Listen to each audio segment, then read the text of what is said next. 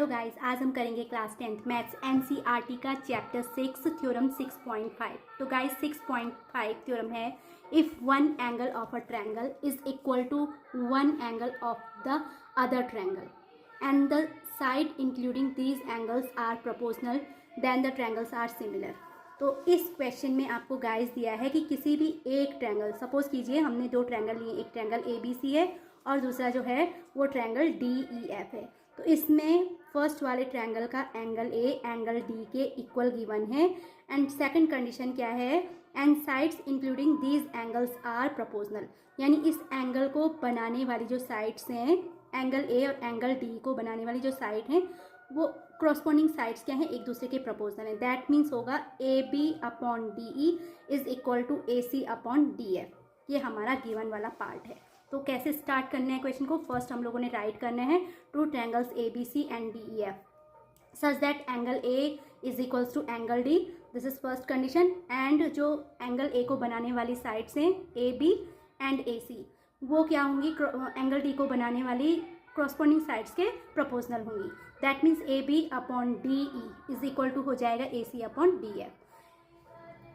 Second जो है हमें इसका टू प्रूफ, तो प्रूफ क्या करना है, then the triangles are similar. तो यहाँ हमें प्रूफ करना है to proof triangle ABC is similar triangle DEF। तो कंस्ट्रक्शन सेम हमें क्या करना है, थ्योरम 6.4 एंड 6.3 की तरह ही यहाँ पे करना है।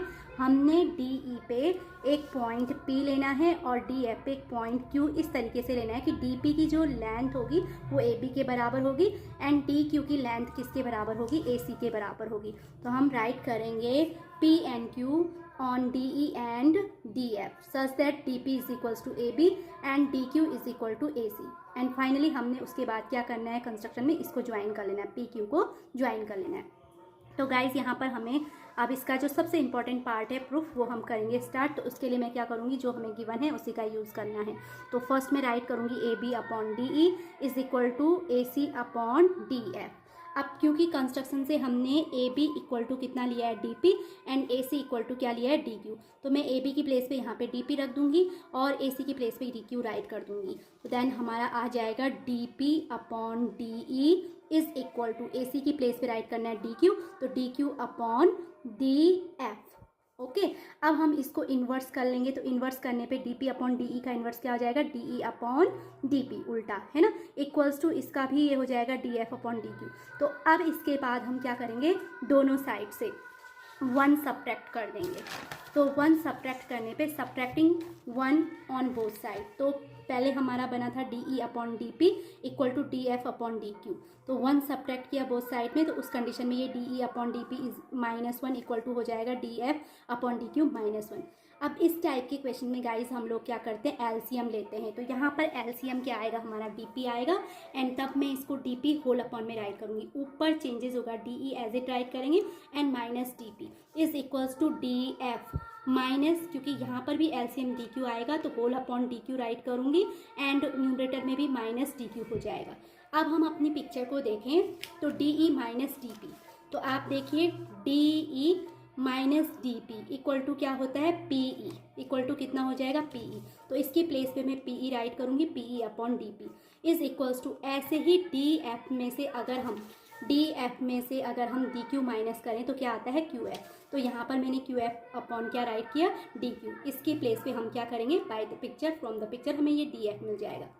अब फिर से हम इसका इन्वर्स करेंगे, तो इन्वर्स करने पे ये DP upon PE equal to हो जाएगा DQ अपॉन QF। तो अब देखिए, क्योंकि हमारे यहाँ पे पिक्चर में क्या आया है, DP upon PE equal to DQ upon QF आया है, यानी ये लाइन क्या कर रही है, ट्रायंगल्स की 2 साइड को सेम रेशियो में डिवाइड कर रही।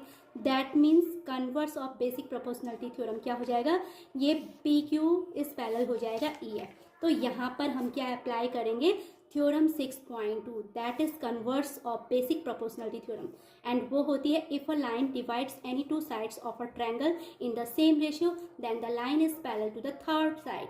यानी कि जो मैं आपको पहले ही बता चुकी हूँ कि PQ क्या होगा, EF के पैरेलल होगा। कौन सी थ्योरम से, basic converse of basic proportionality theorem से।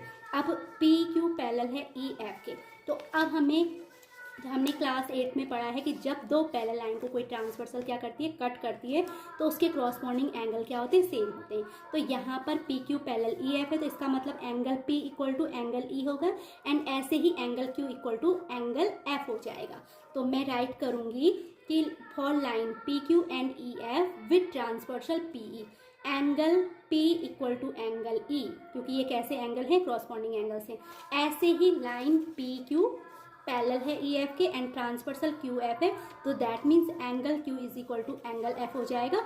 Reason is corresponding angle. Okay, then हमारा यहाँ से ये हमारी इक्वेशन फर्स्ट हो गई, ये इक्वेशन सेकंड। अब हम अगेन कंपैरिजन करेंगे किस ट्रायंगल में, triangle A B C and D P Q में। Guys A B C and D P Q में हमारा ए बी किसके बराबर है, डी पी के बराबर है।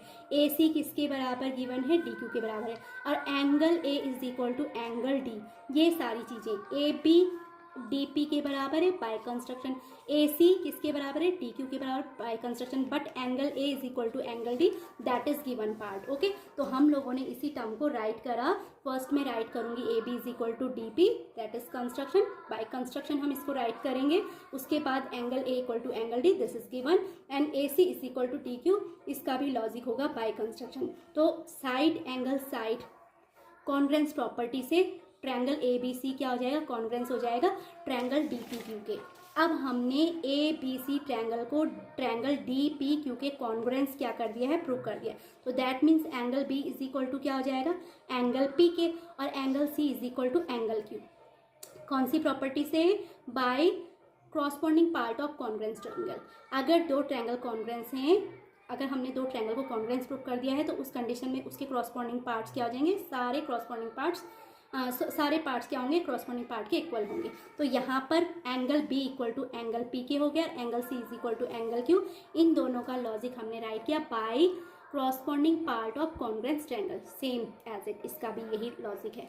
तो गाइस अभी हमारा angle B equal to angle P, but इससे जस्ट पहले मैंने प्रूव किया है कि angle P is equal to angle E and angle Q is equal to angle F. तो यहाँ से क्योंकि b equal to P but p equal to E है, तो that means angle b is equal to angle p is equal to angle e, and that is equation third. Similarly angle c is equal to angle q, but q is equal to f है, तो इसका मतलब क्या होगा, angle c is equal to angle q is equal to angle f। This is our equation fourth.